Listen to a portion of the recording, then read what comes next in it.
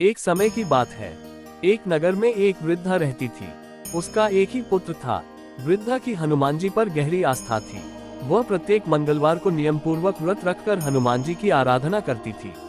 एक बार हनुमान जी ने अपनी भक्तिनी उस वृद्ध महिला की श्रद्धा का परीक्षण करने का विचार किया।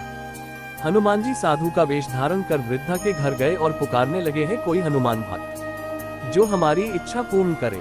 आवाज उस वृद्धा के कान में पड़ी। पुकार सुन वृद्धा जल्दी से बाहर आए और साधु को प्रणाम कर बोली, आ गया महाराज। हनुमान वेशधारी साधु बोले, मैं भूखा हूँ, भोजन करूंगा, तुम थोड़ी जमीन लीप दो। वृद्धा दुविधा में पड़ गई। अंततः हाथ जोड़कर बोली, महाराज, लीपने और मिट्टी खोदने के अतिरिक्त आप कोई दूसरी आज्ञा दें, मैं अवश्य पूर्ण करूंगी। साधु ने 3 बार प्रतिज्ञा कराने के पश्चात कहा, तू अपने बेटे को बुला, मैं उसकी पीठ पर आग जलाकर भोजन बनाऊंगा। ये सुनकर वृद्धा घबरा गई, परंतु वह प्रतिज्ञाबद्ध थी। उसने अपने पुत्र को बुलाकर साधु को सौंप दिया।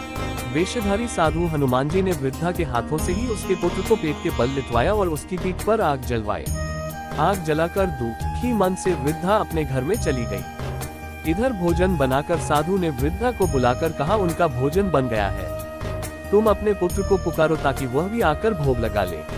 इस पर वृद्धा बोली, उसका नाम लेकर मुझे और कष्ट न दे। लेकिन जब साधु महाराज नहीं माने तो वृद्धा ने अपने पुत्र को आवाज लगाई।